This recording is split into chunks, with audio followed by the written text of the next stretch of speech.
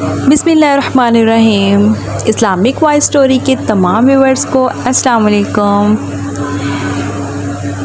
उम्मीद करती हूँ मेरे तमाम व्यूअर्स खैर आफियत से होंगे, ठीक ठाक होंगे।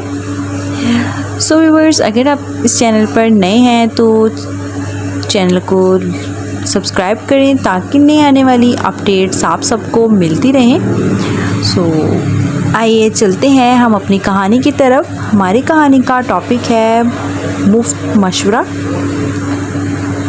एक शख्स काफ़ी मुद्दत से बीमार और ज़िंदगी से लाचार बेजार था। उम्मीद का चिराग लेकर एक माहिर तबीब के पास गया और अर्ज़ करने लगा, जनाब मुझे कोई और दवा बेहतर मशवरा दे दें ताकि मैं सेहतमंद हो जाऊं और आपके लिए सदका जारिया बन जाऊं। तबीब ने इसका हाल अहवाल को गौर से देखा, फिर इसकी दुखती हुई रग पर हाथ रखा,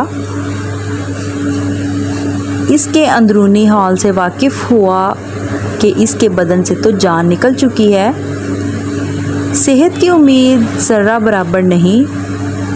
दवा दारू करके मुफ्त में इस गरीब को हलकान करना है। लिहाजा तबीब ने मुकम्मल तशख़ीस के बाद मशवरा दिया, मियाँ तुम ये दवा दारू छोड़ो, इन्हीं की वजह से तुम्हारी सेहत बर्बाद हो रही है। जो तुम्हारे जी में आए वो करो, हरगिज़ अपनी किसी ख्वाहिश से हाथ ना रोकना, क्योंकि सब्र और परहेज़ इस मर्ज़ के लिए मुज़िर है। इंशाल्लाह आहिस्ता आहिस्ता तुम्हारी तमाम बीमारियां जाती रहेंगी। तबीब की बातें सुनकर इसकी आंखों में खुशी की एक लहर दौड़ गई और इसकी ज़िंदगी का बुझा हुआ चिराग फिर से रोशन हो गया। खुश होकर इसने कहा, वाह आपने क्या खूब मशवरा दिया है, आज से इस मशवरे पर दिलो जान से अमल करूँगा। मुतिब से निकलकर रद्दे दिल का मरीज़ टहलता टहलता एक दरिया के किनारे जा निकला ताकि तबीयत बहाल हो जाए। वहाँ से एक इससे भी ज़्यादा दिल जला नज़र आया जो दरिया के किनारे बैठा मुँह हाथ धो रहा था। इसका गंजा सर धूप में चमक रहा था। मरीज़ का बेख्तियार जी चाहा कि इसके चमकते हुए गंज पर एक ज़ोरदार तमाचा मारे। दिल में सोचने लगा, इस वक्त मुझे अपनी ख्वाहिश को रोकना नहीं चाहिए वरना मेरी सेहत ठीक नहीं होगी। सब्र और परहेज़ मेरे लिए हलाकत है और तबीब की हिदायत भी यही है कि जो जी में आए वो करो।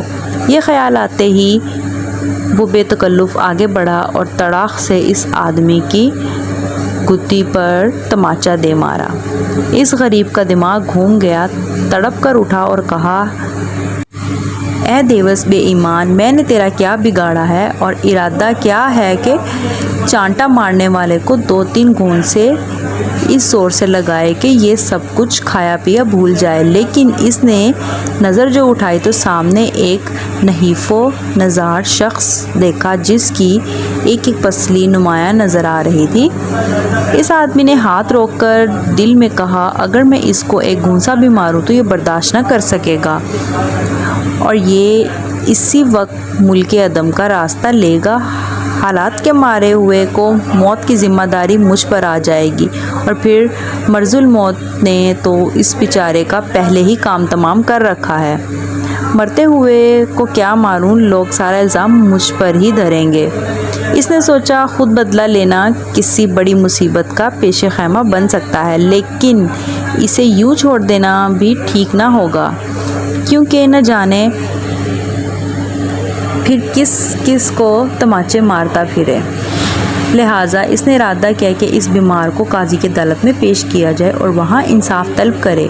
इस आदमी ने बीमार का बाजू पकड़ा और काजी की अदालत में ले गया और अपना दावा काजी के सामने पेश किया। फिर मरीज़ ने अपनी सारी रुदात सुनाई। काजी सारे हालात व वाक़यात सुनकर गौर करने लगा और शरीयत का फ़ैसला तो ज़िंदा आदमियों और साहिब माल के लिए है, ना कि कब्रिस्तान वालों के लिए। काजी ने इस आदमी से कहा, मोहतरम आप शरा, हसद, कसास और इंतकाम की हकीकत को समझते हैं। ये तो कब्र की मानंद है। अगर कब्र की ईंट तेरे ऊपर गिर जाए तो तू कब्र से क्या इंतकाम लेगा, इसलिए तुम ऐसे बीमार से झगड़ा ना बढ़ाओ। फिर काजी ने اس قبر کے مہمان کی توجہ پھر قاضی اس قبر کے مہمان کی طرف متوجہ ہوا، اس سے پوچھا بھائی تمہارے پاس کچھ رقم ہے؟ اس نے کہا میرے پاس 6 درہم ہے۔ قاضی نے فیصلہ دیتے ہوئے کہا کہ تم 3 درہم اس آدمی کو دے دو اور 3 درہم اپنے پاس خرچے کے لیے رکھ لو۔ اس آدمی نے کہا قاضی صاحب پھر ہر لفنگا اس طرح ہم جیسے شریف آدمیوں پر زیادتی کرتا رہے گا۔ قاضی اور اس شریف آدمی کے درمیان تکرار ہو رہی تھی۔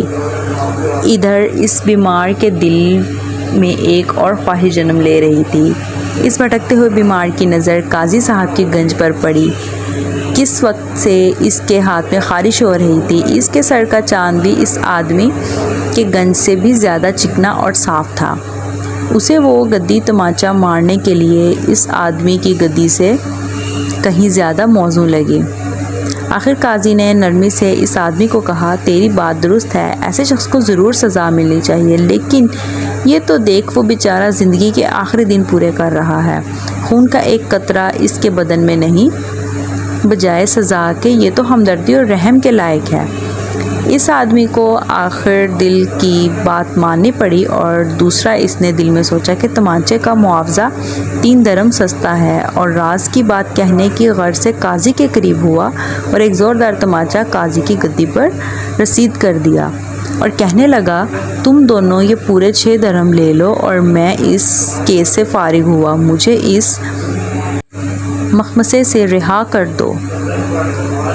اور یہ کہہ کر چل دیا۔ قاضی کو جب ہوش آیا تو اس آدمی نے کہا اے انصاف کے بادشاہ، آپ نے جو دوسرے کے لیے پسند کیا وہی آپ کو ملا۔ آپ کی مثال تو اس بکری کی طرح ہے جس نے بھیڑیے کے بچے کو دودھ پلایا۔ قاضی نے کہا کہ ہر وہ چیز جو قضا لے کر آئے اس میں ہماری تسلیم و رضا ضروری ہے۔ میں اللہ کے حکم سے باطن میں خوش ہوں، اگرچہ میرے چہرے پر ناگواری کے تاثرات ابھرے ہیں۔ میرا دل باغ اور آنکھیں ابر کی مانند ہیں، کیونکہ ابر کے رونے سے باغ ہنستا ہے۔ قدرت الہیہ کے ہاتھ سے کسی کو زہر ملتا ہے اور کسی کو امرت، کسی کو غم اور کسی کو خوشی۔ انہی متضاد کیفیت میں چاہنے والوں کو بہتری اور اصلاح کا راز پوشیدہ ہوتا ہے۔ ویورز، اس کا درس حیات ہے اللہ تعالیٰ کے ہر کام میں بہتری ہوتی ہے، تسلیم و رضا سے اس منجانب اللہ سمجھ کر اس پر صبر و شکر سے کام لینا چاہیے۔